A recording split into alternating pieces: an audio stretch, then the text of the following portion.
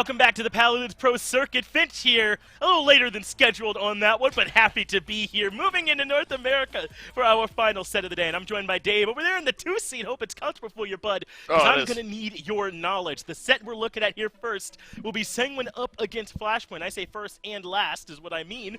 And this one, two teams a bit far apart in the standings here, Dave. Sanguine struggled at the start of this phase, despite being strong last phase, but they are looking like maybe a bit of a return to form after some roster changes.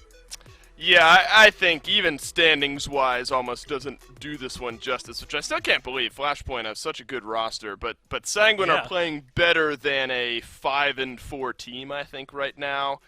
I think they really found their footing. Hero's been a good addition to this team. They've kind of gone back to the drawing board, and that's what you want to see from these types of teams when the going gets tough. They kind of reconvene as a squad, figure out exactly how they want to play, what's going right, what's going wrong, and I think they've sorted a lot of that out moving forward.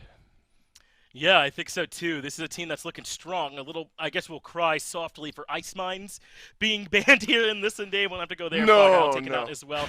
Yeah, we'll both play the world's smallest violin. Jaguar Falls is where we'll be going first instead. A much more likable map, I would say. One of our more standard maps here that we'll go to for this very first one. And always just a great heat check. I love when Jaguar Falls is their first map, because it's such a heads-up map. It always feels like, you get a good indication of how the set's going to go. And, I love the way Kresnik described it to me earlier, and when he says that he's really not far off, I think he's just correct. That's probably the correct way of saying that.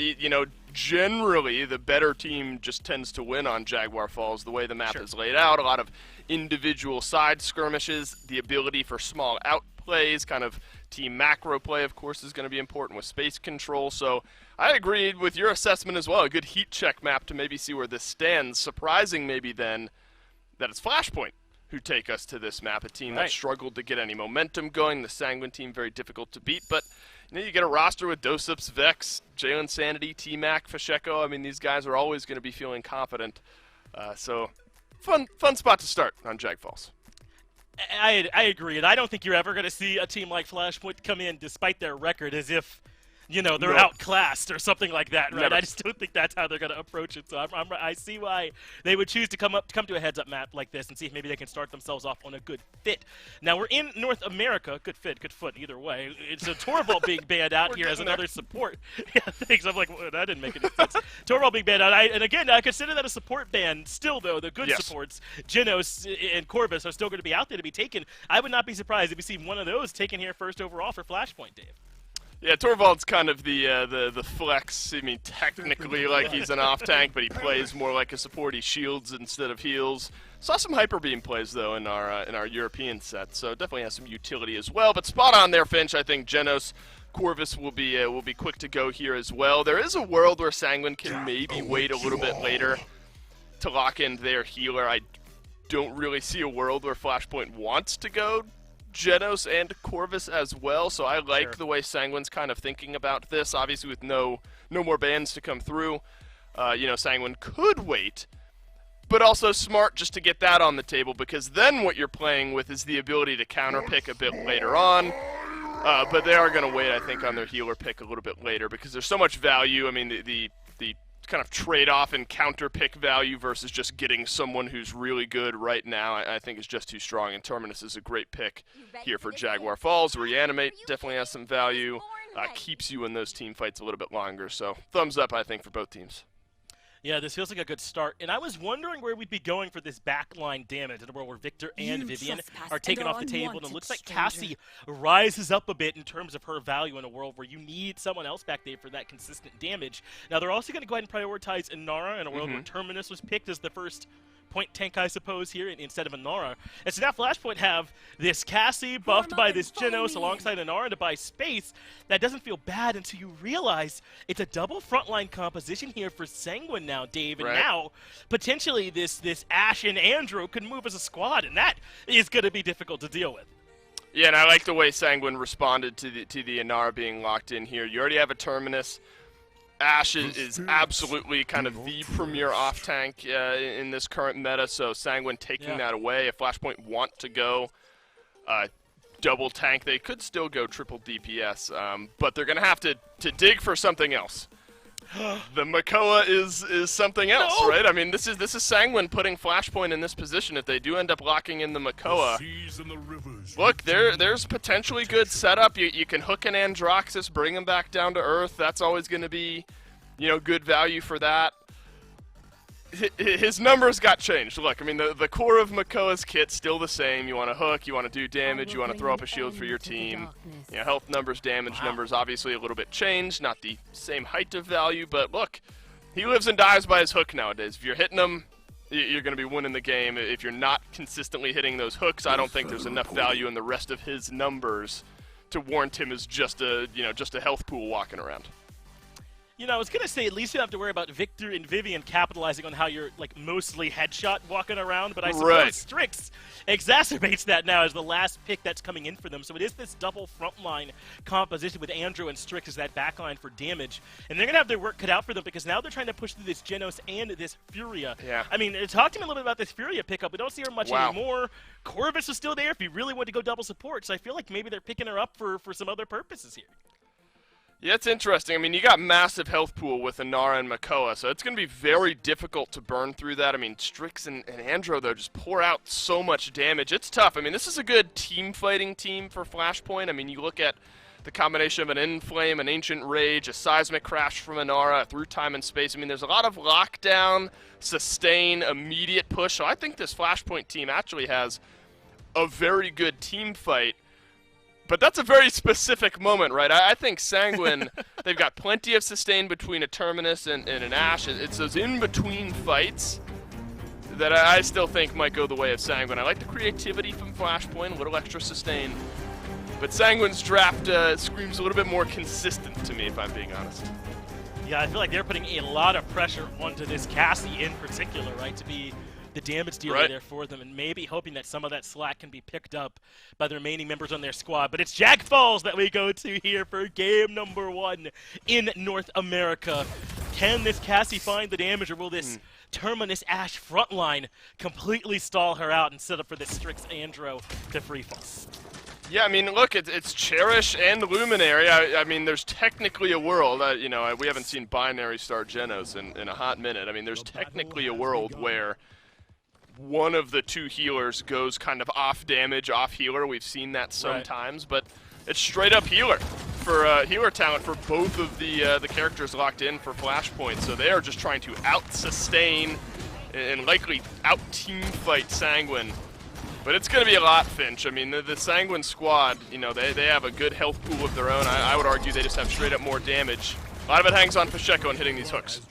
He hits the hook, but it does not end up netting them a whole lot. Hero finds that very first kill by shutting down Fish Echo, and Sanguine now have this mid control. The Inara and the rest of Flashpoint seem to have fallen back a bit, and that means now this Andro can come around, start looking for action, but T-Mac gets behind him, not enough to slow down Poison, though, who finds the return kill, and now Sanguine's starting to win all their duels, all their battles. The stun does come through from this Furia. They're up to 84%, as Jalen does get that first opening pick for them to find Gogurt on the other side, but they are struggling to find any kind of sustained damage to go their way in these fights. That's I was concerned about it. You know, Flashpoint, this is where they can succeed, though. You've gotten Sanguine a bit staggered out. Inarguably have more healing and more health than Sanguine will ever be able to keep up with. So if the fights go longer, Flashpoint will be happy, and they've given them a chance here on this mid-fight with Sanguine fighting back in. They do have control now to Flashpoint, but up into the air goes the Andro. Inflame is coming out as there's ultimates on both sides. It ends up resulting in a return kill in Fasheka and Poison, who both end up dropping. And remember, Sanguine now reliant mostly on that Strix for their damage, and it's not enough. Flashpoint are pushing through. Steve and Hero both fall. Quick gets the return kill onto Vex, though, but that's only one part of the killing. And Flashpoint stay strong, take that first mid, and looks like they're going to be able to get a decent amount of pushing going on the back of this one. It ends up working for Flashpoint on this very first fight. And look, you know, it's what I figured Flashpoint would be fighting to do. That fight was long, sustained, drawn out. I mean, there's too much healing coming from the Furia, too much healing coming from the Genos, those two paired together. And then the Inflame comes online, and what you think you might be lacking in damage, you know, the Inflame And the Genos is going to supply a little bit extra. So it's those team fight moments. And Inflame charges up fast. That was what, 15, 20, 30 seconds ago, and it's already almost back up again. So I talk about a very specific moment. That moment can come up frequently, especially if she's going to end up building into a little bit of morale boost as well. Could actually be a good composition here for Flashpoint. Yeah, you just worry that once, you know, multiple cots are stepped up, itemization comes through, and then Sanguine has a decent fight, things start to look a bit worse. Sanguine now forcing the reset as Flashpoint jump off into Oblivion, happily resetting so everyone spawns together. They don't get stalled out. So Sanguine have bought a little bit of time for themselves, but how do you feel? Do you think that this Flashpoint comp can keep working, or do they have a bit of a clock on this? Yeah, Cauterize is going to hurt real bad as this game goes on. Sanguine, once they get some Cauterize online, are going to mitigate a lot of what the double healer... There's still always going to be plenty of healing, but Cauterize is going to be big value as this game goes on. A couple of early picks, though, for Flashpoint. They find some squishy members of Sanguine. Listen, if T-Mac's going to keep hitting his shots like this, then hey, right? Cassie's plenty of damage. That's all I've got to say on that one. The Strix will die a little bit delayed, and that's going to hurt Sanguine. The Andrew and the Strix are all of the damage. Hook lands a roll in from T-Mac, and the damage there.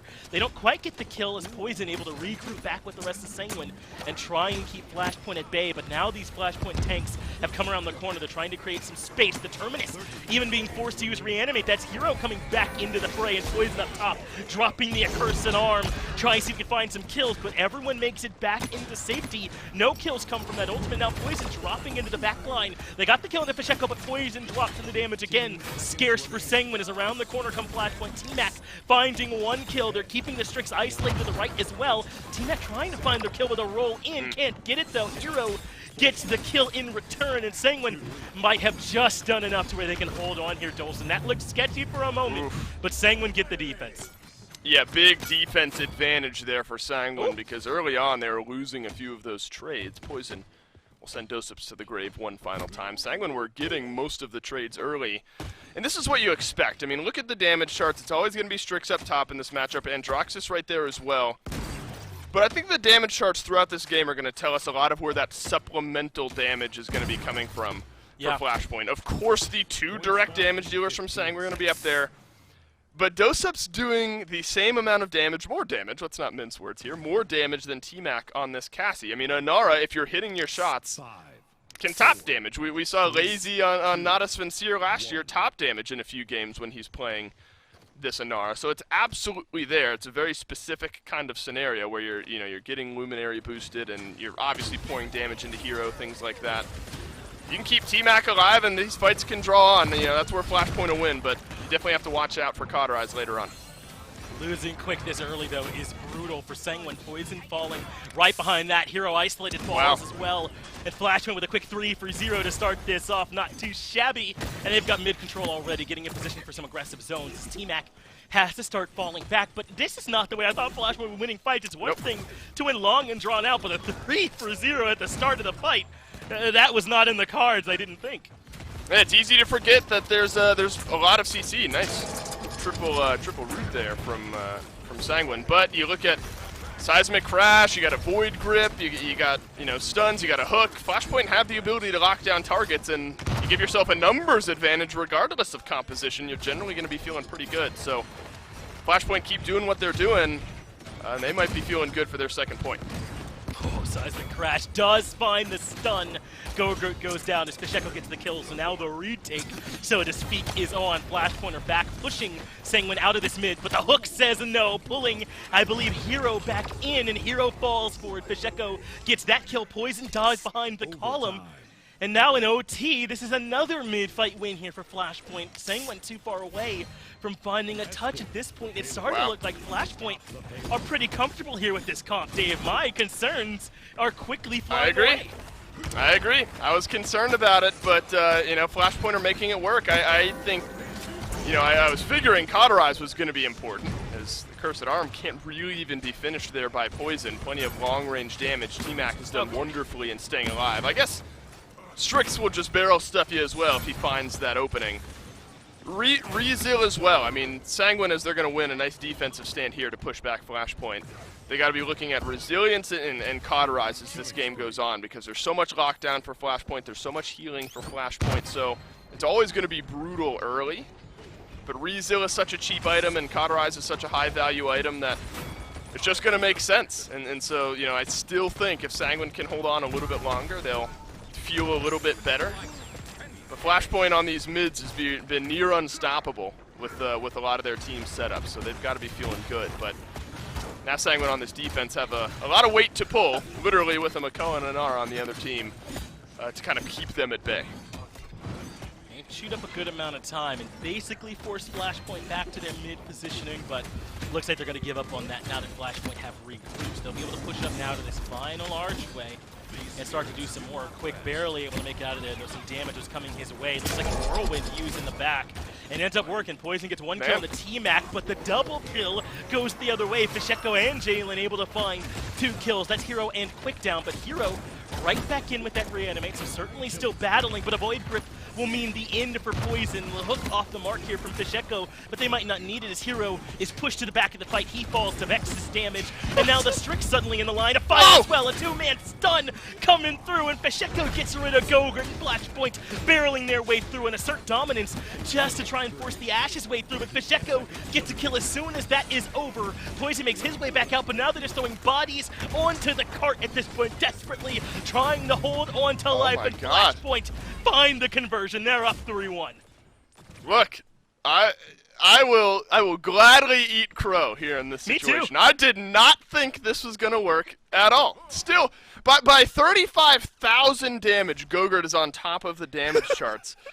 Androxus is right there, but then sandwiched right in the middle is Inara doing good damage, Makoa right there for Fisheko obviously doing good damage as well. The frontliners for Sanguine just haven't really been able to keep up. I mean, hell, Baller Steve has more damage than Quick or Hero does in this case. I mean, also worth mentioning, Gogurt is pouring damage into large targets that receive a lot of healing. So again, he's always going to be on top of the damage charts. But look, Rezil 3 for Hero, Cauterize 3 online for 3 members of Sanguine, Baller Steve has 1 Rezil, Gogurt has 1 Rezil. There's so much setup.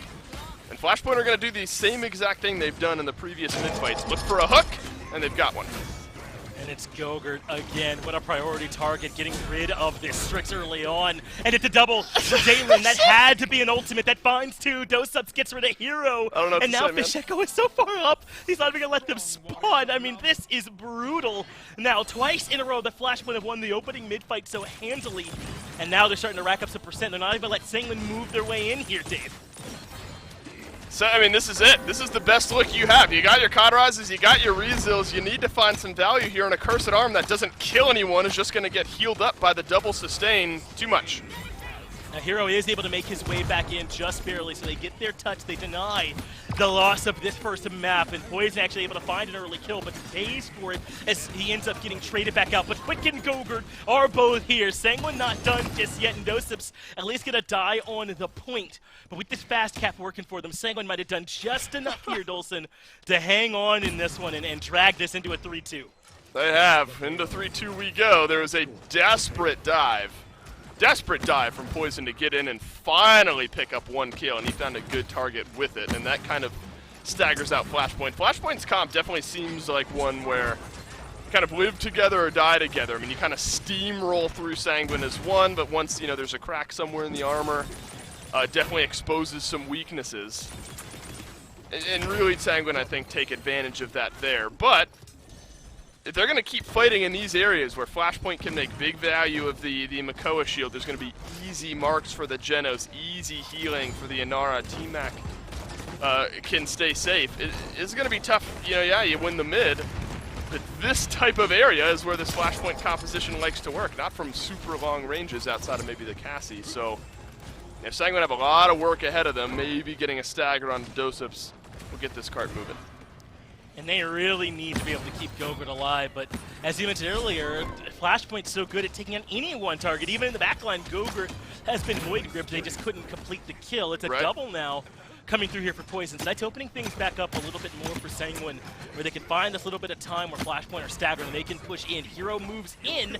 That's enough to get rid of Fisheko, but Hero does end up falling right behind it. So again, it comes as a trade, and they're not able to make it work cleanly for them. Now Quick in a little bit of a battle with this Inara, who's just trying to stall out and eat up some of this time that Sanguine are looking to work with. Eventually, Quick does get that kill. T-Mac able to return, but Just like that, back out comes Fish Echo on this Makoa. So Sanguine again are not able to find a ton of time, and now Poison has dropped a hook land. Hero gets pulled to the back line, barely able to make it back towards his squad, so Sanguine gets stalled again.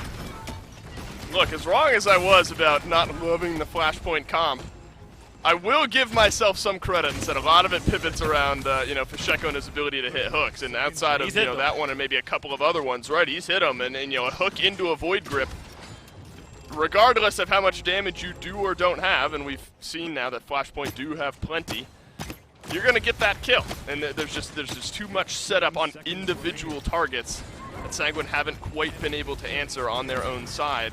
Vex now gonna pull one back, especially onto Hero. If he holds on to the reanimate, that's tough. Obviously Flashpoint won't win the game here, but Sanguine could tie it.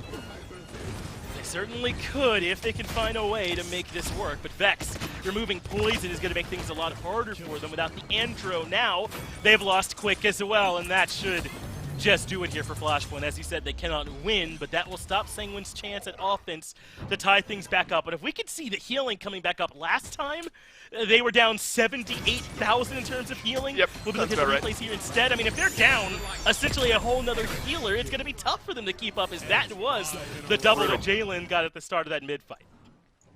Yeah, there you go on the they're down 100,000. Right, 100,000, right? I mean, there's just no way. There's no way. Right, so that's, I think, how you have to look at this. You're sacrificing damage. So, I mean, right, if we really want to get mathematical with it, this composition works if the difference in damage is roughly less than what you're making up in healing, kind of, if that makes sense. And, you know, and it's getting closer. It's getting close, right? I mean, we're in that department. There's a 30,000 difference from Gogurt to T-Mac, you know, there's another 30, I mean, so 60,000 damage. They've done, you know, 40,000 more healing than they've lacked in damage, and that's kept Flashpoint in this game. It's been huge for him as we're into this mid-fight, what could be the final mid-fight, as Flashpoint won those first two, but Sanguine showed some life with the fast cap. But can they do it again? Jalen with another from long range finds the two-man snipe that puts down Poison and Gogurt. All the damage removed. Baller Steve at least gets one return kill by getting rid of T-Mac, but Quick is low over to the left, and Flashpoint again have control. Again, Jalen steps up and finds the big snipe. Flashpoint's team fight. Just better. Now an accursed arm from Sanguine is going to have to find some value, largely shielded out by Fish Echo. Dosup's in range. This one's getting close. Getting rid of Jalen early is big, but he's not their only healers. They get rid of the second as Vex falls, but Fish Echo and Dosups get rid of Hero and Gogurt, so that at least takes care of one of those big damage healers. But Hero is back with that reanimate, and Sanguine have control of this mid. And with some members falling, I think Flashpoint are going to regroup here. They are starting to fall back. They want all 5 here before they can make another push, Dolson. Yeah, you have to regroup. No ultimates online. I mean, this is good old-fashioned fine setup on a backliner, fine setup on a frontliner, and they pulled in Hero. Another big hook, and Hero is low. Dosups, though, is the one that ends up falling first, and Hero is still standing. Gogurt came up big for them here with this snipe. Hero gets the kill in the Fish Echo, and that is it for the front line, and should be it for Flashpoint's chances in the fight. Wow. They bring in T-Mac, who dies on the point to try and stay alive. Even gets Baller Steve in charade, but that is enough for Sanguine to tie things up at 3-3. They are holding on here, Dave. What's been the big change in these last 2 minutes? I think the clock is starting to tick here on this Flashpoint draft. I mean, we've had Cauterize 3 for a while now, but Sanguine have been able to avoid, they've mitigated some of the picks. A fantastic hook onto Hero from Fish Echo in that previous mid, but then Ash throws her shield up. The power siphon pulls in a lot of the damage that Hero was going to eat. Can't do it this time around. The mitigations that I was worried about making a difference, finally, now we're at 7 points into the game, I think, are really the largest difference maker. Sanguine positioning a little bit different. They're fighting on the left-hand side instead of some of the openings on the right-hand side there, so a hook can be lessened as long as you're fighting around one another. So I think good adaptations and good old-fashioned items start to make a difference here as Flashpoint back up on the defense.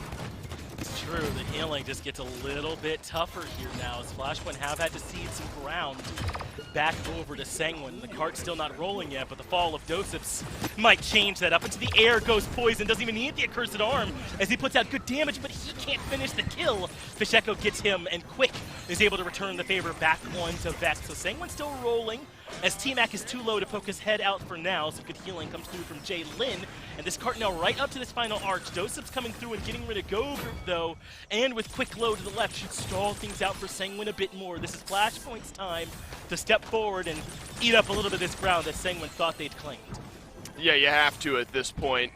Awkward time, though, especially if you look at some of the ultimates that Flashpoint have rolling. I mean, this is, you can't win the game if you're Flashpoint, but you can lose despite the fact that you've been winning up to this point. I mean, you don't want to, but if you can't find a pick, which admittedly their composition is good at, you might have to use an inflame, you might have to use a seismic crash, something like that to keep them at bay. Sanguine willing to spend the flashbang, they're looking to end the game. And Jalen looking for another double, couldn't find it this time as the shoulder bash will connect Quick. Uses the Assert Dominance as well, but gets caught by the Void Grip, so another Assert Dominance will land. That will allow him to plant the flag, but it's a double for Fish Echo. He's gotten rid of Gogurt. Poison falls as well, and with 8 seconds remaining, things are starting to look difficult for Sanguine to hold on. Another Void Grip interrupts Quick. This Genos has made all the difference here so far, and Flashpoint able to get the difference. We'll come into this final fight 3-3. I'm also interested if there's any defensive items for Sanguine, if maybe that's mitigating some of the support damage or tank damage that's coming out as well. Right. Yeah, it's going to be important to look at for sure. I mean, Cauterize, Rezil have been the name of the game here, items-wise. Yeah, 3 Haven. Haven, very important. I mean, when you're in a matchup where all of the damage they're going to be doing to you, or 99% of the damage they're going to be pouring into you, is going to be direct. Haven 2 and 3, very important. Great point there, Finch. Rezil 3 now on everyone outside of Poison. Haven 3 on everyone except a couple of 2s. Quick doesn't have any of it. So I think all of those things combined kind of round out to Sanguine's resurgence here in this game. Vex does not have the Inflame. That's important to look at. But he's got morale boost, and so that team fight ultimate will be up here shortly. Give Flashpoint maybe a chance to win. It's a great point. A lot of ultimates used by both teams in that last fight as T-Mac gets rid of Gogurt early on. They need this Strix damage, and yet he's been removed. Now Hero, barely holding on to the point, has to retreat below 300 HP, gets the shield back up, but has been caught by the Void Grip, and T-Mac gets a second kill. But Reanimate is available. Hero is right back into the fight here yet again. Dolson has to retreat back to the team. So they've given up mid control, 68% for Flashpoint. It's Sanguine now going to have to try and win this at a heavy deficit in terms 75. of control over the mid. It's 81% in climbing for Flashpoint. Sanguine, they have to go now. They have no Reanimate, they have no ultimates. A Whirlwind soon, but they got to get a touch. They do get the kill onto Vex, and that is huge. Dosips, it looks like, is low as well, and he will eventually end up falling. That kill will go to Quick. So Sanguine have now maintained some control over the mid, but they're going to have to hold it basically until they get the W at this point, because it's 96% on the other side. Look at that, the Inflame getting close, Seismic Crash getting close, Through Time and Space will be there, the core setup team fight is going to be there for Flashpoint, but Sanguine, they have some answer as well. Whirlwind, Accursed Arm could make a big difference. They got to get back in and touch, though. They cannot just give this one up. It's OT taking his Hero, makes his way back in. Jalen looking for the damage during the Inflame. That will get rid of Hero, but Poison got rid of T-Mac. The Assert Dominance, if it can land, should buy them some time, but it was interrupted in the middle. Now it ends up landing. Ultimate from Jalen doesn't get the kill. In fact, Gogurt gets one into Fish Echo the other way as Vex returns with one on to Poison. In overtime, it's getting close, but Dosips is still there and healthy, buying time. Puts up the wall to prevent the damage from Gogurt as they're barely holding on in this one. Everyone standing on the point right now and trying to hold on as Jalen barely lives. Dosips gets the kill into Quick, so now Hero the only one for Sanguine that's holding on, but Baller Steve gets rid of T-Mac. That's all their damage removed, but Jalen has gotten a double. Did I say all their damage? The support is there with plenty. Vex gets rid of the other one. Jalen cleans up, and that means Flashpoint are able to hold on. It was a cluster there on the mid towards the tail end there, Dulce, but Flashpoint are able to get the win. Yeah, take a deep breath, my man. That was, God, that was chaos towards the end of that game there, and it's those long, drawn-out fights that Flashpoint can take advantage of. I mean, obviously Cauterize is going to get you there. Cauterize 3, very important, but, you know, Poison's going to apply it to one target at a time. Gogurt, Quick. I mean, depending on how you juggle some of those targets, it's going to be tough. Dosips is always going to soak up plenty of healing. Fasheko had a massive game this game. The Makoa, I think, flexed its muscles a little bit. And here's your final look at those healing numbers. I mean, 212,000 straight up just better than Baller Steve by, 40,000. But then you also have 150. I mean, you did arguably 200,000 more healing than what Sanguine would be able to provide. Despite having 3 cauterizes on Sanguine's side, it did go close because sometimes we saw, Sanguine fighting their fight, mitigating a lot of the picks, getting these kills early, but ultimately, look, I was wrong. I didn't think this Flashpoint draft was going to be that good, but then when you really watch it work, the lockdown, the setup, the follow-up, I said it would be inconsistent, but the consistent fighting that ended up coming through, especially in a lot of these team fights, was awesome to watch. Fasheko, phenomenal on the Makoa. Lived and died by the hook, and he was doing more live in this game. Thumbs up to Flashpoint for trying something creative and making it work. It came down to the absolute thinnest of margins, right? It was 99 to 99 in a 3-3. And they get a big fight out of Jalen to close it out. But I think you're right to point out Fasheko's Makoa. That was doing so much for him. All that incidental control they had made life so difficult for Sanguine. So it'll be Brightmarsh we go to for map number 2. Another map where I think we could end up with some clumped up fighting happening, a lot like we saw towards the tail end of Jaguar Falls, and one where there's not a lot of distance to travel. Once you've won the mid, the conversion not that far away in terms of travel time, though it is difficult to open that up and get it through. So this could be another map where some similar comps I feel like could potentially end up coming through here, Dave. No, I absolutely agree with you. I mean, I think if Flashpoint are happy with the way Game 1 went, I don't think you run back the same exact comp, but the core of it. I mean, I remember early on in the draft, I'm thinking, well, they can wait on the Corvus because they're Flashpoint aren't going to run that double healer comp, and they did. And just to reiterate, it's a 7-point game, but 200,000 more healing than what Sanguine were able to provide. That's always going to be tough to work through, and the damage difference. Sanguine had the highest damage, but I would argue much closer than the 200,000 healing, so big difference there on Flashpoint. I agree. I wouldn't be surprised if something similar comes out. The Inara ban, I don't think necessarily changes that.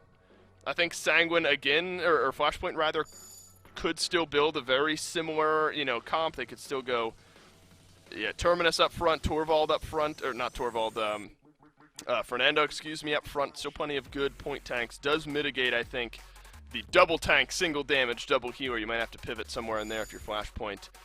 But the big takeaway here, Corvus, Victor, both still available. So Sanguine in an interesting spot. We'll have to see what they prioritize.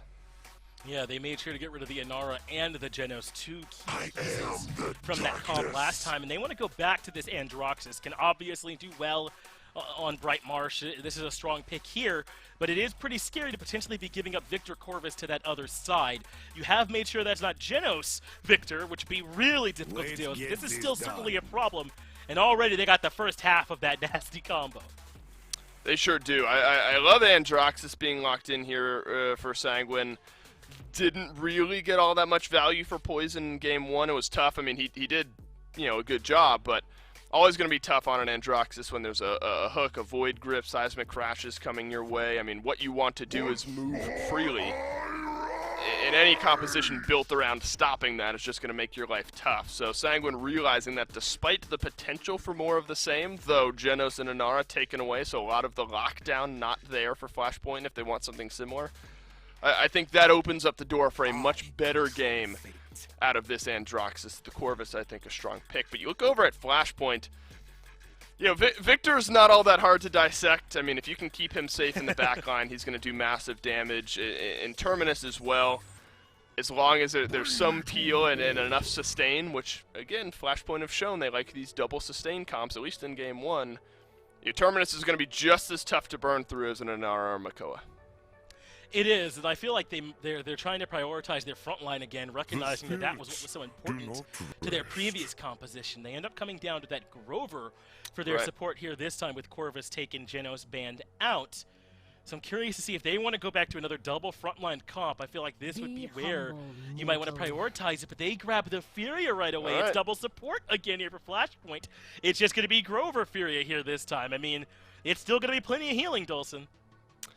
Yeah, more than enough. And I think their team fight, what you look at the Inara, the Genos, that combo, we actually got to see it once out of Jalen Sanity. The seismic crash immediately into the ultimate is so powerful. Now, though, you're looking at a different combo of ultimates. You're looking at a Grover Whirlwind and an Inara Inflame. Those two, I mean, you are healing, you are dealing damage, you are sprinting at the enemy team at a rate which they just simply cannot keep up with. So I think the core team fight idea is still there for Flashpoint, and there's still some setup. Crippling Axe from Grover is going to be able to lock down this Koga. Dash from Fernando is going to be locked down as well. Rom is going to be tough to deal with. Though you look at the Sanguine draft, without the Inara, without the Void Grip, those are two big pieces of utility that kept Sanguine in place in Game 1. They're missing now. I still like Flashpoint's draft, I think, now that I've been proven wrong since Game 1. But you look at Sanguine, Andro, Rom, Koga, the flanks are just going to be so hard to keep up with. Cassie and Victor, they got to be careful here because they're going to have some free flankers around the sides.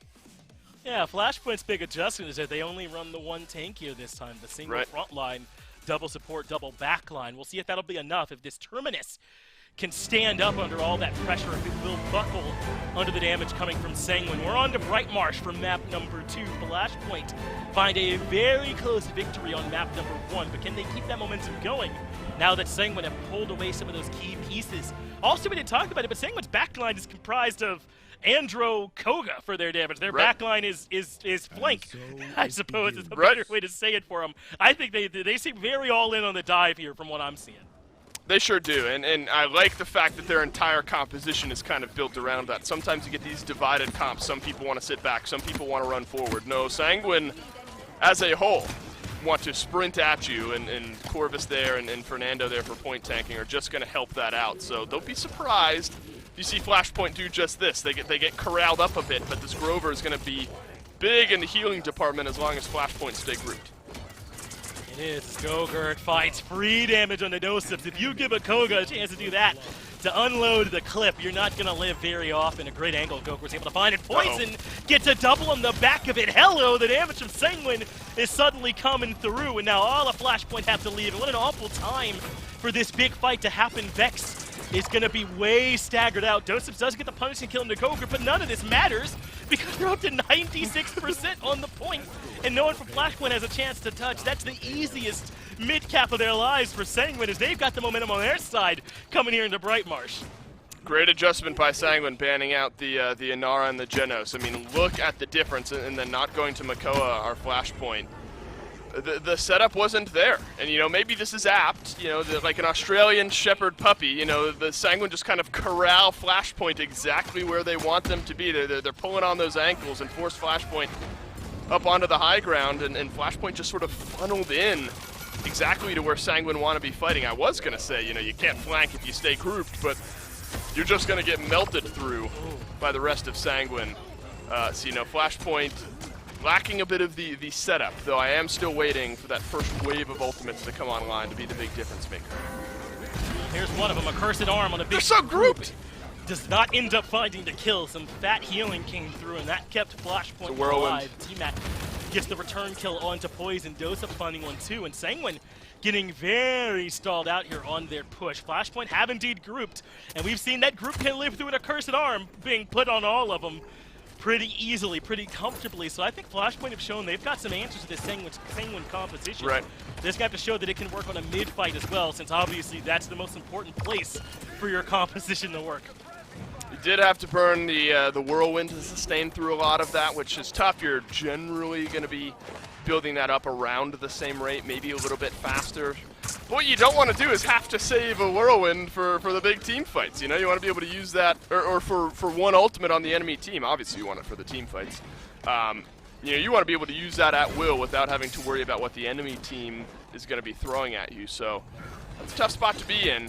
But this is where Flashpoint can kind of stretch out a little bit, I think. You got a Victor up on the high ground. Cassie can make her way down low. This is probably the most spread we'll see them, I say that, as they just kind of stack up. Again, here on this card, I mean, I suppose it's what they want to do, and it's maybe mitigating some of the flanking of Sanguine. Well, Gogurt gets traded out. Fish Echo and Gogurt kill each other, so the other 8 remaining players will continue on minus Quick, of course, who ends up falling. But Steve gets the return kill into Doseps. Big damage coming through from the barrage as well. That has forced Sanguine to fall back, and they have stalled on this tail end of this push. 3 seconds left, so any push will have to come obviously in overtime. But these Furious stuns have been making a huge difference. Is that why they're picking this Fury up time and time again? Because that is stalling out this dive from Sanguine, Gogurt, or Poison. Whoever steps their way in is met with that response. T-Mac now, though, getting the better of Hero. Quick doing a little bit of disruption of his own as he's dashing through, finding some knockups. But this cart has stalled. They're finding no way to push through Flashpoint, who are bulwark. They're stalwart in their defense. And now a lot of damage coming through onto Doseps. He will end up low. Jaguar Falls, as does Doseps eventually, and maybe Sanguine can make this push happen after all. The reanimate ends up being forced, so at the very end, it ends up being worth it, and Sanguine gets the push. They're up 2-0. What happened? I don't know. Did the reanimate might have had him out of range for just a moment? I mean, wow. Your only tank is Doseps, and you know he's down for a second, right? I mean, somebody else has got to get down there and try to re-engage and keep that cart from moving at all further forward. And the reanimate, I suppose, just delayed things a little bit too long. And the cart was able to waltz its way on in there. That's kind of the downfall of the single tank double sustain composition. Much more attractive on the healing charts this time, and it's going to be that case when it's not a Makoa, not an Inara. But Sanguine are at least on the top of the chart, so you're playing with house money, and anything else is just Flashpoint trying to catch up. So Sanguine at least have the top healer in the game up to this point, and I think that's a big factor in why they're up 2-0. Well, Gogurt has his ultimate. He'd love to get right into the middle of this clump, but they don't need it. Quick and Poison both get their kills, and Gogurt punishes T-Mac in the middle of Barrage. Gets the double when he finds Vex on the back of it, and that was all set up by this ultimate coming out from Noram from Quick at the start of that fight, and boy does it work. Sanguine have complete control of the mid after that. Yeah, I don't know if they're going to let this one go either. Flashpoint able to get close. But this is such a tough composition to fight into. Nice stun locks down Poison, so that's a small advantage. And the Immortal used by Sanguine as well to keep them right where they are. But look at the Cyclone Strike from Gogurt. Finds plenty of damage, and I don't think anyone from Flashpoint in range here. Wait! It's the downfall again. They're just so grouped up that Sanguine kind of corral them exactly where they want Flashpoint to be, and then they collapse. And there's not enough sustain with just the Terminus this time around to keep Flashpoint in these fights. They're just too squishy outside of the Terminus. And even he is falling when Gogurt is point blank. So help from Poison sets that up. Gogurt able to find the kill on the T-Mac as well, but you cannot be clumped up like this. It's tough. Dave, they have to clump up, but they can't. Right, they can't. Else they would punish them instantly. It's a catch-22. Yep, 100%. They need to group up to make the most of this Grover healing and keep themselves close, and it's kind of awkward because Victor and Cassie don't necessarily want to just be sitting on top of their entire team as well. It opens up the door for Gogurt. It's tough, and I think they were kind of rolling the dice on, all right, we're grouped up, we're going to be doing so much healing and so much damage it won't matter. And in reality, the opposite has been the case, where Sanguine kind of split up and envelop the Flashpoint group, and whether it's an Accursed Arm, whether it's a big ROM stun, a Fernando Immortal, an Entropic Breach from the Corvus. Those AoE ultimates have kind of eaten Flashpoint's lunch so far this game. And I'm not sure that's going to stop here with a minute left, though remember, it was kind of a failure on some positioning and maybe communication from Flashpoint as the cart rolled in last time. The Flashpoint defense actually looks okay if they're all on the same page. Yeah, it seemed a bit fluky, didn't it, how they managed to get that win? As the ROM ultimate does collapse, T-Mac ends up falling, Jalen falls right behind him, and now their Terminus is their last hope. Doseps has to hold on, but he falls. I assume a reanimate will be coming. He does indeed elect to do so, but as soon as he spawns, he falls. Gogurt gets the kill. The CC chain is there, and now they throw themselves onto the cart. It's not enough, and Sanguine find the 4-0. Maybe a tiny asterisk. That first conversion felt like a 1 in a million shot, but that is a 4-0 nonetheless in favor of Sanguine. That's a lengthy 4-0. I mean, look, double healer is going to be able to draw out these games regardless. It's a longer 4-0, but a 4-0 nonetheless from Sanguine. I think now if you're Flashpoint, it's like, all right, in game 1, this very specific composition worked. Genos, fantastic at setup. Seismic Crash, awesome team fight ultimate to give us these chances. Jaguar Falls, the type of map where that sort of thing can work. You know, you remove a few too many of those pieces. T-Mac, he did 70,000 damage. Close to top in the game, just behind, Ofasheko. They had the top damage numbers, but healing numbers, 51 and 45,000, was only about 10,000 higher than what Sanguine was able to do with one healer, so you're sacrificing damage. And I mean, it's a big chess game that Sanguine just came out on top of time and time again, and we made it pretty clear. But look at this. I mean, literally everyone from Flashpoint is in the same spot as one another, and this is going to happen to you every single time. I think Sanguine had worse individual or worse as a team fight ultimates, unless Flashpoint did exactly what they did, and it's allow them to cleave all of the damage onto effectively everyone all at once. It was a tough chess game there, I think, for Flashpoint, and Sanguine hit him with the checkmate, 2 points into that game. They did. Sanguine able to find a pretty dominant win, but we move on to Stone Keep for map number 3. 1-1, things all tied up here, but I think the way these teams came about their wins could not be more different. You have Flashpoint winning a drawn-out 7-point, 99 to 99%er happening on Jaguar Falls, and then on Brightmarsh, Sanguine run over Flashpoint with this aggressive comp. And to me, it all came down to these flank picks, right? I mean, the Andrew and the Koga, those ultimates are perfect for punishing this clumped-up composition that Flashpoint wanted to run. And it ends up being an excellent matchup for them. And so they end up winning that first map there. But I don't know if that's going to translate for both teams exactly the same way here onto Stone Keep. The bans from Sanguine are pretty key. I wonder if they'll do the Genos and Nara bans here again. I think it would just make sense. And if Flashpoint want to stick with Furia and double healer and Cassie in the back line, you're going to make them. I think Flashpoint have to switch from their Brightmarsh composition. I think the keys of that game 1 win were the Inara, were the Genos. We sung their praises, so I think it just makes too much sense for Sanguine to take those 2 away. So now what we might end up seeing, Finch, is the third pivot in 3 games out of Flashpoint, where game 1 it works, but Sanguine have the perfect answer in game 2. If we want to keep the same core, which is double healer with one of them being Furia, which still could be, you're going to have to pivot your front line a little bit, I think. I think double tank works better with this composition than the double damage dealer does. I love Grover on Stone Keep. I mean, he provides so much value if you're fighting up on that high ground, or if you're grouped up over on the left-hand side. Maybe this is a map where they can make a little bit more value happen out of a composition like that. But I love the Sanguine answer. I mean, Terminus would fit so well into the Flashpoint comp. We like it. We'll take it away. And Torvald as well. This is an NA pick. You're forcing Flashpoint to ban Victor and Vivian, and you're going to ban out the Genos and the Inara. That's going to leave Torvald open. Now it's up to Sanguine to decide who they want to constantly be stimming up. And Stone Keep, a lot comes to mind. We rarely see Bomb King, so I'm not sure, but in metas of past, it would be a surefire Bomb King here. It'll be interesting to watch how Sanguine strategize their comp. Barrick, okay. Look, it fills kind of that Inara spot. Barrick can do huge damage numbers, doesn't have the same self-sustain, but if you're mitigating that with a potentially double healer comp, maybe Barrick's going to be in a good spot. Maybe so. We'll see how this ends up looking for him, but hey, I'm not falling for this Bomb King. This got to be like an Andro or something right over here for Sanguine. No, it's Bomb King! Dave, you knew it!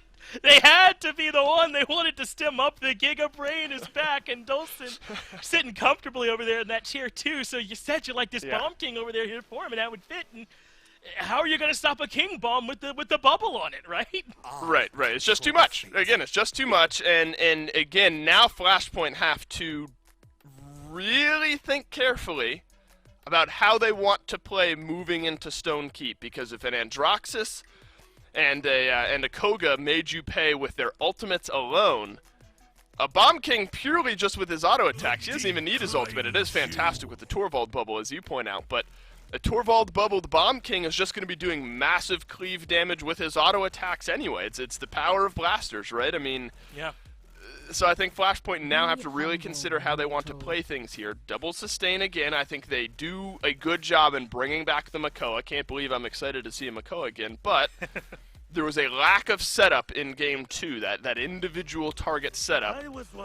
Bringing back the Makoa helps provide a little bit of that, but it's just Makoa and some Furious stuns. Maybe Grover can hit the crippling axe there to help out. It's hit your hooks here for Flashpoint, as always, but it's going to be tough when a Xin is as mobile as he is, and really Bomb King is the target. And so, you know, I think Sanguine have the ability to kind of bunker bust the composition that Flashpoint are going for. Well, Sanguine have made the adjustments in Map 2. Will the adjustments continue to work in Map 3 as Flashpoint decide to bring out the Makoa and the Barrack? This time around, Stone Keep is where we shall find ourselves an answer. Remember, Grover was the top pick overall. I wonder if Flashpoint felt as though their composition was under attack, and they wanted to get that key piece in the Grover right away. Yeah, no, I absolutely. I think the Grover, important to lock in for Flashpoint, provide some sustained numbers. Remember, that game was over so fast, and there wasn't the double tank to heal on up that Flashpoint didn't even have the highest healing number in the game. I mean, combined they did, of course. That'll help. Jalen Sanity hitting an axe from range is definitely going to help set up a little bit for the rest of your team here. But watch out for this. It's going to be a Bomb King or it's going to be a Xin that's bubbled up. And that's going to hurt regardless of who it is. You know, I thought it might have been the guillotine, but the Yomi does what worked on Brightmarsh, right? And that's perfect, exactly what you want here in this spot. Now Poison's back in the fray, and Sanguine have regained control of this mid. They'll have Poison and Keith fighting there, and look at this, Flashpoint are all grouped up over in church side yet again. So this could be another bit of a tough situation there for them, as Sanguine are able to punish in all the same ways. They're up to 72%. The Barrack has made his way around the side. They can't walk forward and try to contest here a little bit. Fish Echo is there to help out as well. They put the Makoa out onto the point first. The Barrack follows up to sort of take over some of those duties. Now the Bomb King is in the back, and T-Mac wants to get back there to punish. They know if they can get this kill early, it will help, but Dosips needs some support. He ends up falling. You put all this attention onto the BK, and Sanguine just get the objective. Look, I didn't know why Bomb King dropped down, but it did exactly what Sanguine were hoping to do, right? I mean, he I think I've said the word corral or punish or hurt or whatever more times in the last two games than I've needed to, but again, Sanguine group Flashpoint exactly where they want them to be. They couldn't move forward. You could see the group, they were kind of doing that thing where the water's too cold, you dip your toe in, then you back your foot out, then you dip your toe in again, see if it's any warmer, then you back your toe out. They're kind of moving forward and backward as a group. You just had Bomb King fragging the corner that you were trying to walk through, and you just couldn't afford to take that much damage. It's so tough. And I love the pick that we saw from Sanguine, and it's paying off, at least up to this point. Another good Furious Stun will be the end there for Poison. Quick gets return kill onto Jay-Lin, but as always, they have an auxiliary healer for Flashpoint, so they've got some backup there, even without the Grover. They do drop down. They recognize a ton of low HP members are here on this left side, so Fish Echo will end up dropping, and Sanguine can keep this train rolling. An ultimate there from Yogurt, not quite enough. T-Mac gets the punish, and his body goes sailing across the courtyard, and yet the cart continues to roll. It's a whirlwind coming out from the Grover to try and keep this one rolling. Sanguine have just been doing a next man up type thing, and T-Mac ends up falling. They're fighting even without the full 5-stack here. They're just waiting for the BK to come back. Now there's a King Bomb ready to go, and I'm not sure they're even going to need it, Finch. They pick up one of the two healers as Vex falls down, and T-Mac hasn't been here to outpour damage. Fantastic looking push for Sanguine. Yeah, and this is looking more and more like a conversion every moment, right? As no one from Flashpoint is up to stop, and Sanguine will indeed get the conversion. Dave, since our first map, since Jaguar Falls, it's been 6-0 now for Sanguine. Since Inara and Genos got banned, it has been 6-0. Yes, it's a... I mean, Masterclass is a little dramatic, but it has been very smart drafting and re-strategizing from Sanguine, realizing what Flashpoint have been looking to do, or did look to do in Game 1, and then now have the answer for here in Game number 3. Flashpoint, I mean, I'm not surprised they pick a map where they can fight inside. But you can't force Sanguine to come fight you on your own turf, right? I mean, you got to find somebody who's going to walk up and kill this Bomb King without having to kind of brute force your way through a doorway that he's just tossing bombs on into. I think T-Mac has a big role to play here. If you can outbox this Bomb King, maybe exactly how they're looking to do here up on the high ground, take the fight to them instead of letting them take the fight to you, I think a good re-strategizing from Flashpoint instead of Sanguine. Hey, you like how when I'm hitting T-Mac, I'm hitting you too? Well, that's what's happening, bud, and T-Mac ends up going down. Now Vex is in some trouble as Gogurt finds 2 critical opening picks here for Sanguine, and Flashpoint are already on the back foot. Poison gets the damage onto Jaylin, and now even Dosup's in some trouble. He'll at least die on the point, but Sanguine now in full control. And the thing that's so crazy to me is that Sanguine have given all this respect over to that composition that worked on Jaguar Falls, but Dolson, it only barely worked. It was a 3-3, 99%. Now that that's been taken care of, Sanguine have left Flashpoint with what feels like no answer back. They're up to 78%, 81. Vex gets the kill onto Poison, but they have to come storming through. Not quite going to be able to connect there is Gogurt, so Dosups will live, make his way to contest, and at 99%, Sanguine have to finally fall back. Well, the saving grace, if you're Flashpoint, is if you can kill the Torvald and you can kill the Bomb King. That's a big if, without losing all that much in the meantime. The crux of the Sanguine comp is taken off of the table. Unfortunately, Sanguine were able to sustain through all of that. Now the Bomb King is back, and you've had to use a Whirlwind that found effectively nothing. This will be point number 3, by the way, for Sanguine. I mean, you're right. You know, the Inara and the Genos were the big pivot in the ban column. Very smart from Sanguine. I'm more surprised. I'm very surprised that Flashpoint has tried to stick with something similar. You know, because the setup, as many times as I said that as well, is just lacking. You know, you're kind of running face first in as a Barrack, which never feels good. And if your hooks aren't hitting on a Makoa, that obviously is never going to feel great. Bomb King's just going to heave some bombs up onto the high ground, and T-Mac will eat them. And you know, Sanguine just they're rolling too hot right now. So I think this is, we're barreling towards game 4. I don't know if Flashpoint have the legs to even defend this one. My mind is already in picks and bans for game 4. It is! You're pronouncing them dead already, Dave. They still have a small pulse. No chance, Let them at least try. No way. We'll see how it works from here on this push. Quick. Right here with this Bomb King, I think that surprises absolutely no one. Even Twitch chat was like, yeah, that's where they're going to be up top, putting some damage through this choke point.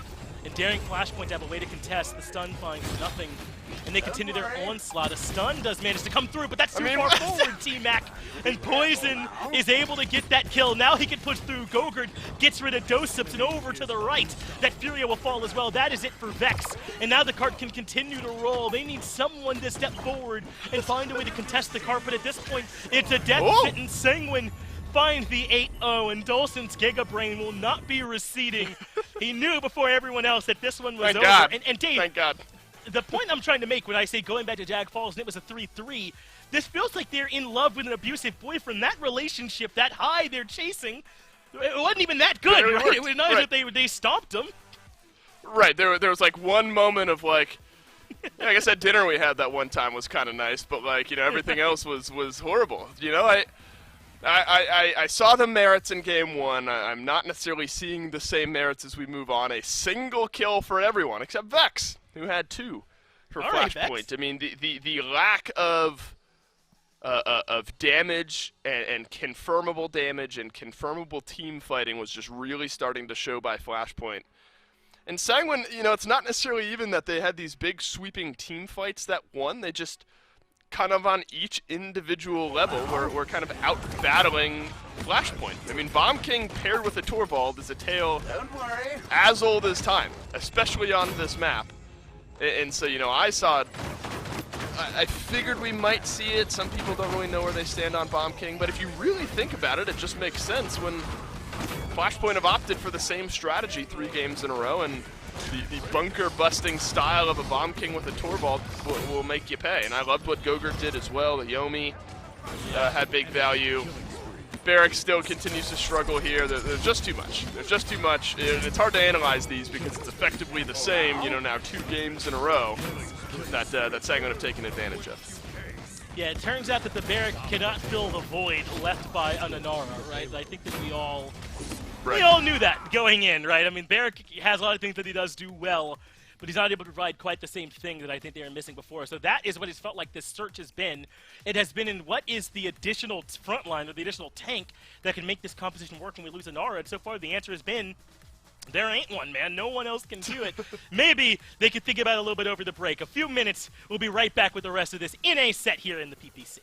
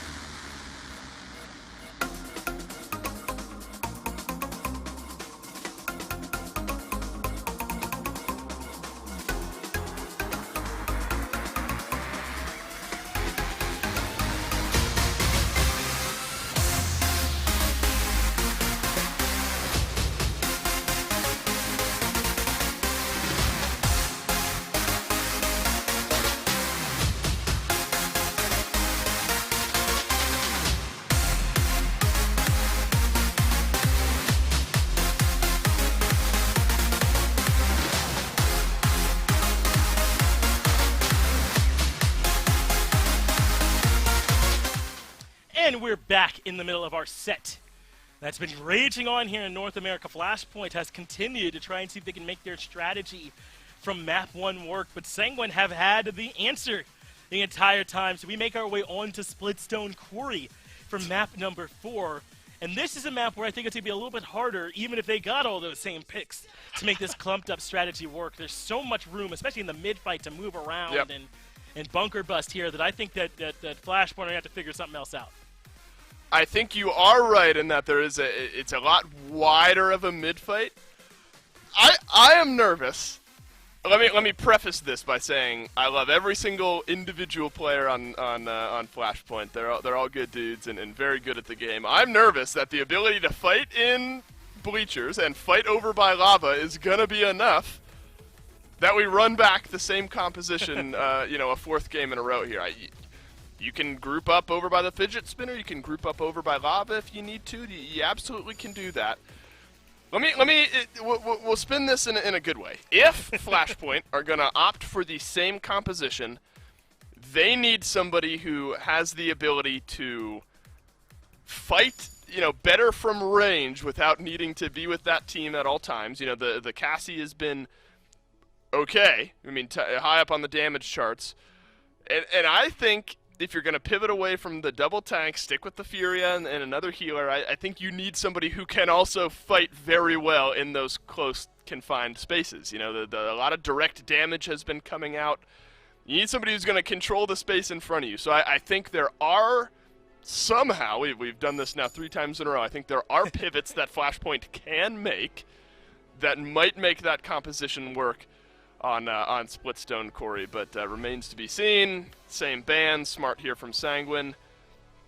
Oh. This would be a pivot, and I don't mind it. Think back to game 1. It was the Genos that got a lot of value. The Mark healer, granted, Genos provides damage, and Corvus provides a little extra utility with his marks.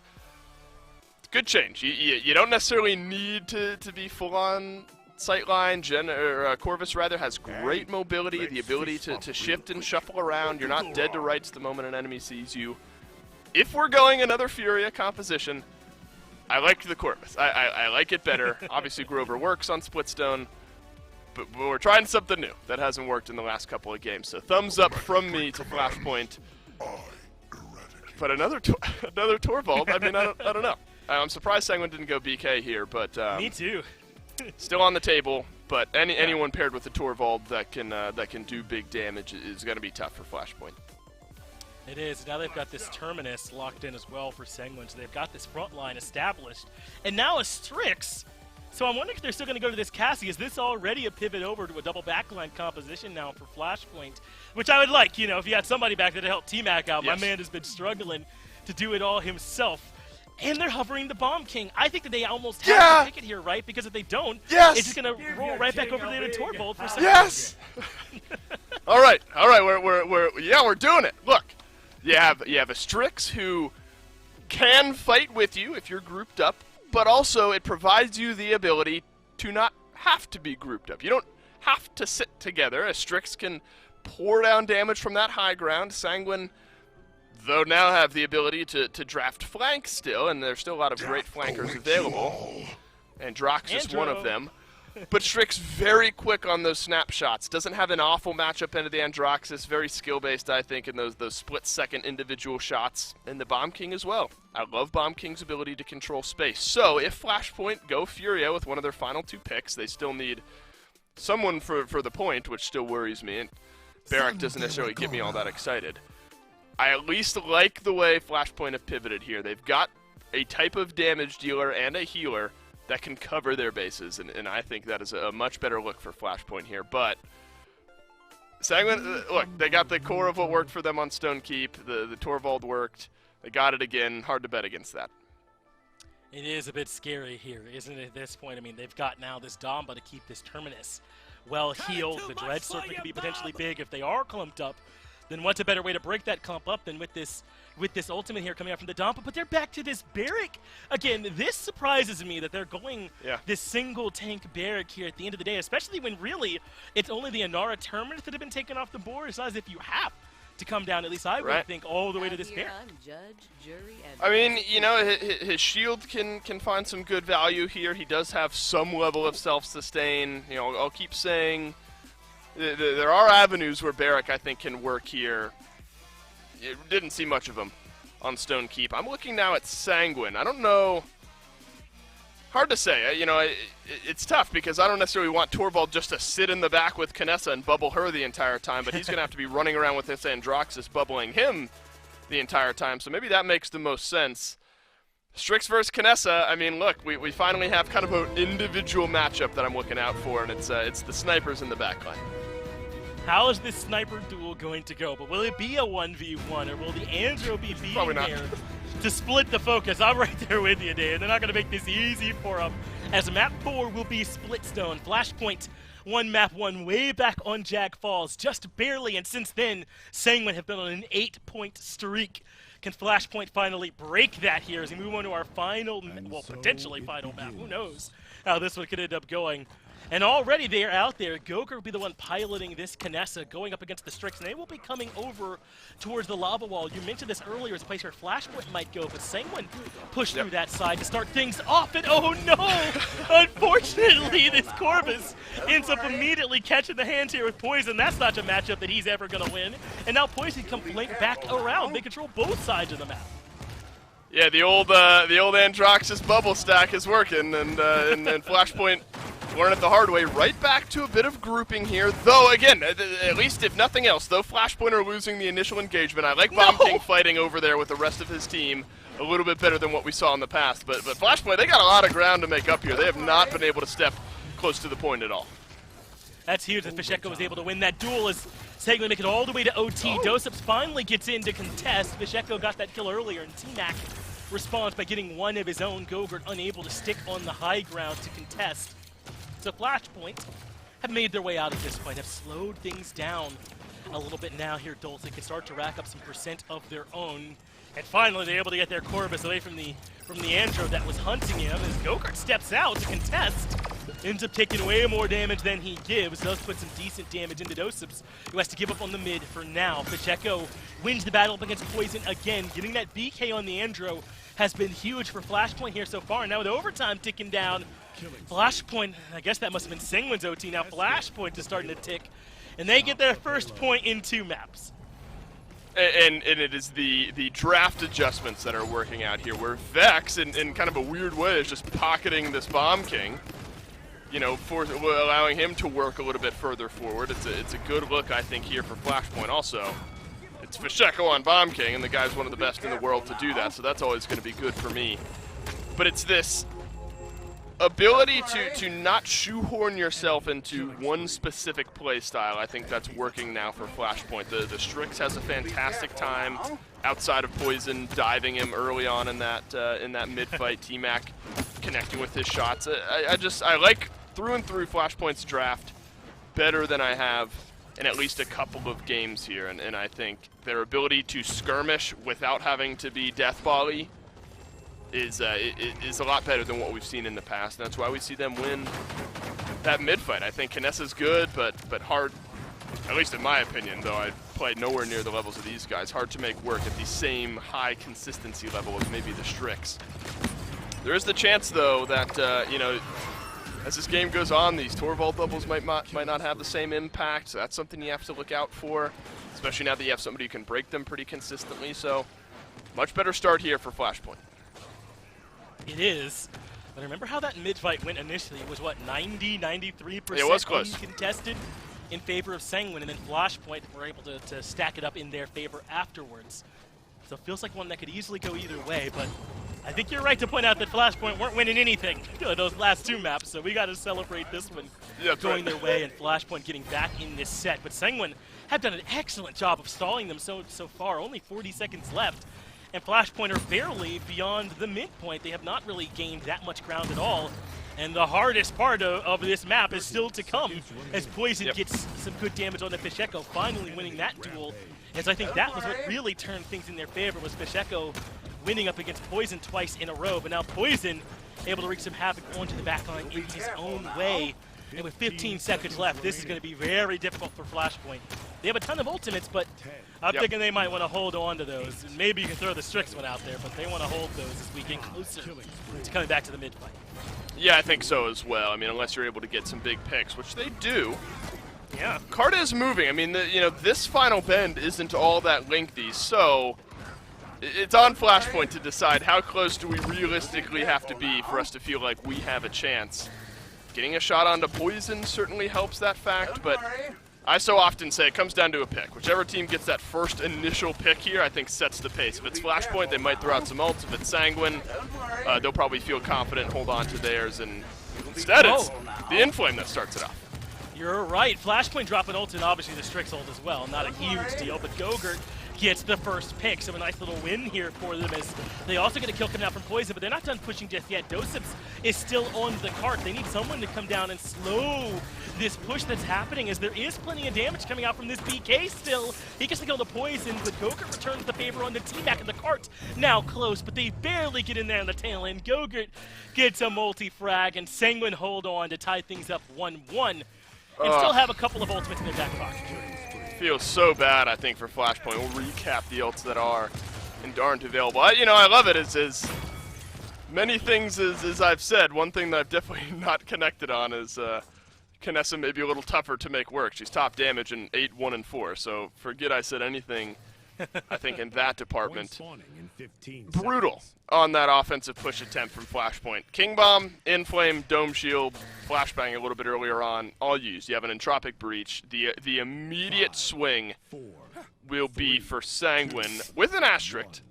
I think the Hyper Beam, very situationally dependent there. You might save it, see if somebody stands in front of the Fidget Spinner, get a kill, blast them away. If you can use this Accursed Arm immediately to find some space, it'll be good for Sanguine, but ultimately Flashpoint just further behind in the key ultimate departments. So I think that'll be a big difference maker.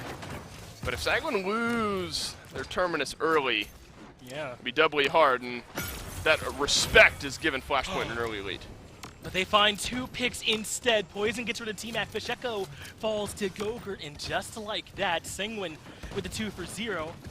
are able to open this up here a little bit, even finding some snipes onto Vex in the back, gets in there and cleans it up, but they weren't able to turn that into any cap time. Joseph did a great job of dying on the point there and really stalling out their percent, but Quick able to get this kill in the Fish Echo with some help from Poison, so now they're starting to get some important stagger kills. They're up to 48% as well, and able to get a bit of aggressive zone going. Strix will be the one clearing angles with that scope to make sure they can afford to push forward, but they're going to have to push sooner rather than later. It's already up to 81% now for Sanguine, and Dos and T-Mac have both gone down again. It might just be over at this point, as they do manage to send one member in. It's the BK that contests, but overtime ticks down in favor of Sanguine, and this a much cleaner mid-fight from them this time around.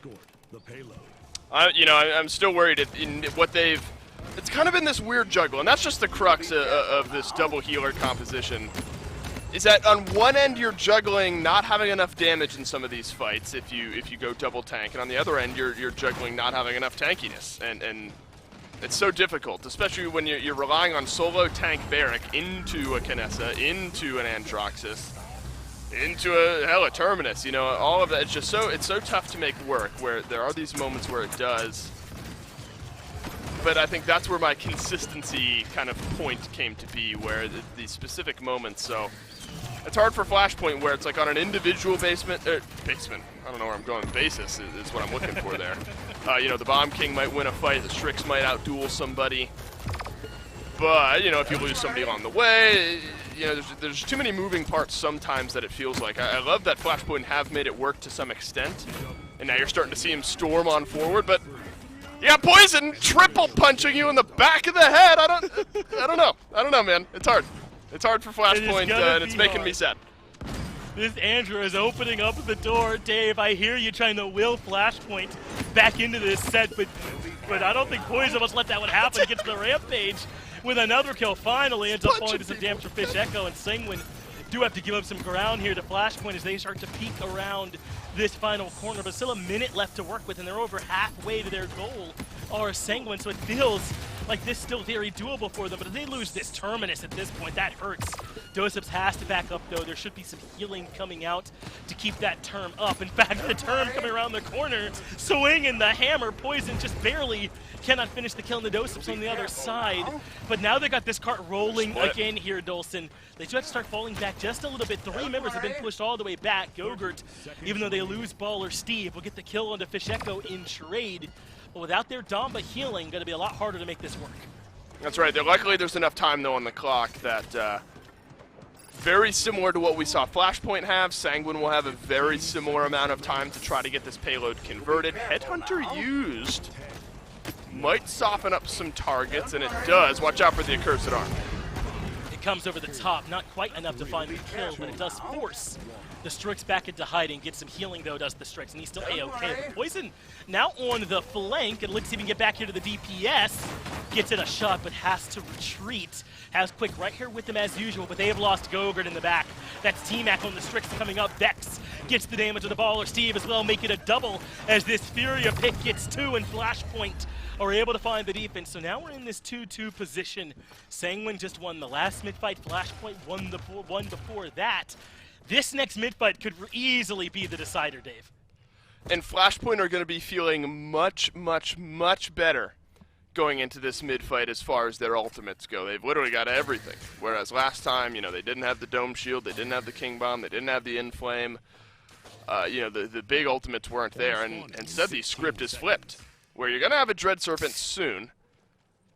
Granted, the Sanguine, team fight ults aren't as individually impactful as some of the Flashpoint ones are. Headhunter good for big damage, Accursed Arm the same, but Hyper Beam situational, Reanimate situational, so I don't think Sanguine are necessarily worried about it. But what I want to see Flashpoint swing right now. I mean, you can save the Dome Shield for whenever you need it, but give me a King Bomb, give me an Inflame. Poison with the shield on him is already moving, but in comes the King Bomb, landing onto Quick, and he came zooming in. You're right. T-Mac and Fish Echo find the opening kills, and poor Quick was like, I can't do anything about that. He's absolutely done for. He was quick. Now Fish Echo can hold on to some ground here for Flashpoint, though Gogurt does find a pretty nice pick onto T-Mac in response. But Sanguine can still come roaring back into this one. They've only given up, what, 60% at this point. If they can find a way to get back into contest, they've already forced Dosips off the mid, so the percent has stopped. In fact, now it's in favor of Sanguine. Not bad at all, considering they lost 2 at the start of this. Hyper Beam thrown out, didn't find much there. Much better positioning, I think, from the Bomb King here. Fighting out over in those bleachers, keeping this fight somewhat even, and even it is. Big, I think, eyes now on how this barrack is able to survive without the dome shield. Reanimate for Sanguine, I think, is going to be important as well. The Dread Serpent is going to try to grab one.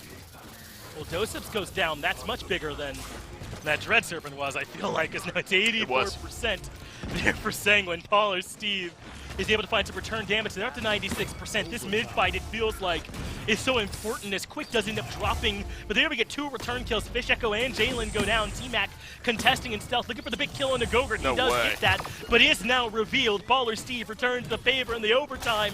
Still ticking in favor of Sanguine, and Dosips can't hang long enough. Poison returns, gets the kill, and just like that, Sanguine are back on top 3-2. I thought there was a world maybe where Strix kind of dances in and out of the stealth, gets the kill, stealths back up. There was a moment where I think it maybe could have happened, but fell just a bit short. Now Sanguine on the verge of closing out this set. Flashpoint have no ultimates to slow this down. They're going to have to get it done with good old-fashioned damage, of which Fasheko has plenty. But even if Flashpoint lose, and I'm not saying they will, but even if they lose on this push, this game has looked a lot better than the previous 2 have. I think they made the right adaptations coming in here to game 3. This sort of flanky Bomb King style is also working from Fasheko. He's being just pocketed up by this Furia. It's giving him the ability to outbox a few members of Sanguine, so this push won't come easy, and Flashpoint are giving themselves a chance at maybe the next mid-fight. I do wonder how often, though, Flashpoint have gotten the opening pick and then still lost the resulting fight afterwards. It feels like they break the stalemate so consistently, but Sanguine are comfortable fighting even with just 4 members of this comp. It works, even without all the pieces there, as Hero goes down right away. Poison gets a return kill, but Jalen puts Poison down. And now this scope coming through from T-Mac is finding a home as he's able to put a couple more members into the dirt. Finds Gogurt for another kill, and even maybe the Dampa can go down for him as well. Absolutely gets the killing spree. Not bad, as this is all in service of Flashpoint stalling out Sanguine's time on the back of that mid-win. They would love to go back another mid-fight 3-3, obviously. The only outcome that can work for them from here. Wow. T-Mac stays alive as well. That is brutal. Eats a shot from the Kinessa, and the flashbang sort of thrown at will. He charges that up quickly enough that it won't really matter. Now look at this answer from Sanguine here. They want to get this thing rolling. They're willing to spend the Accursed Arm for it as well. Getting a kill onto Fasheko. Big. T-Mac now down. Very staggered out. The Domino's Finch beginning to fall. It is. Sanguine are now starting to push their way in. They have a lot of ground to make up, though. With only 20 seconds on the clock, they'll be able to get pretty close before overtime even starts. So let me change my tune here. Sanguine are not in such an awful spot to make this work. They still have the Red Serpent as well, which could be a powerful tool, and they can afford to lose Fish Echo here, but Poison, the man of the hour, gets in there and gets the job done. So now this has gone from being a tough one to very reasonable. 4 seconds left before they get him back. The Dread Serpent in the back line does end up connecting, and this means Gogurt can get in to get rid of Dosips. This cart getting now closer and closer. They are able to get the damage down from this Corvus ultimate first, but Sanguine make it in. There was no tank there to stop, and Sanguine, once they start rolling, looks like there was no way for Flashpoint to stop them. And that, I think that's kind of the core of the Flashpoint problem, where once you lose one, every single person, when you kind of lopside the way your composition works like that, once you lose one, it's ever so impactful. You look at triple DPS. If your tank dies early, it's so hard to fight back in, and in this one, you lose Fasheko, and suddenly a lot of that boxing potential was missing. He did die 15 times, but he had 13 kills, an arguably better performance. But the Androxus here, it's the Torvald comp, dude. I mean, it's what works, right? I mean, you pocket somebody, you let them fly into the back line, and rarely anyone is going to be able to box out with them. 113,000 damage for both Gogurt and for Poison, so hats off to Gogurt in doing that much damage. And yet again, look at those healing numbers. 134,000 20,000 or so behind what Flashpoint were able to do combined. So it's another situation where, you know, you're losing 20k healing, but you're adding more than that, I think, in extra damage, and that's always going to work out for Sanguine. Don't worry. It certainly did here in this game. Sanguine, even on the map they lost, they made it as close as humanly possible, didn't they? And every other map, they were able to come in and find the win. So they continue to improve. This Sanguine team struggled at the start of this phase and has bounced right back. And I mean, to talk a little bit more here about this one and how I think Flashpoint did a good job to at least get away from it, felt like forcing that comp that worked for them in game one and finding some other ways to compete with them here in this set. But the Sanguine just had a little bit too much in this one, didn't they? Poison is an absolute nightmare on whatever pick they give him, and it is so often this Androxus. They're now the sole owners of this number 2 spot, obviously snapping with another map to play, another game to play, to see if they can close that one back up. But Sanguine continue to improve week in and week out. It's still tough for Flashpoint. I mean, I still can't believe, especially Project as well.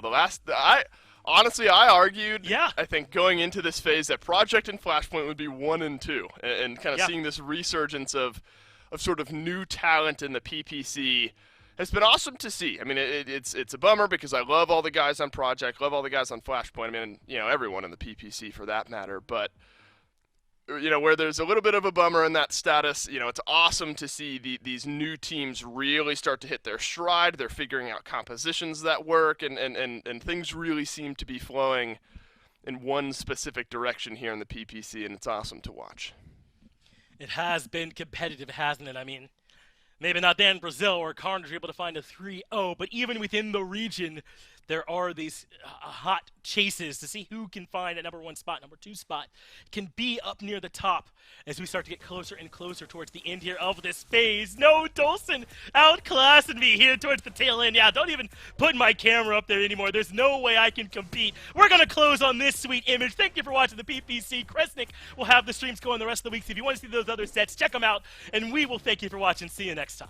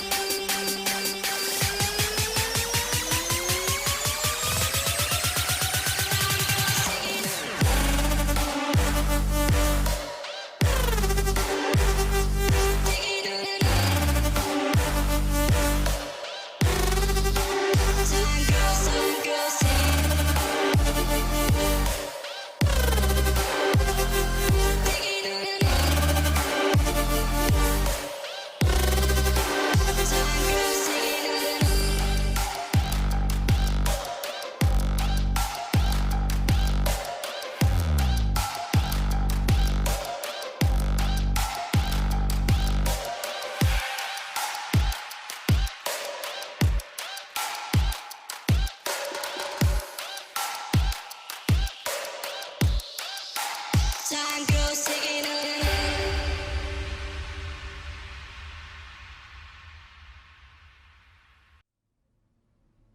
כביש מספר 6 לדרום עמוס מבאקה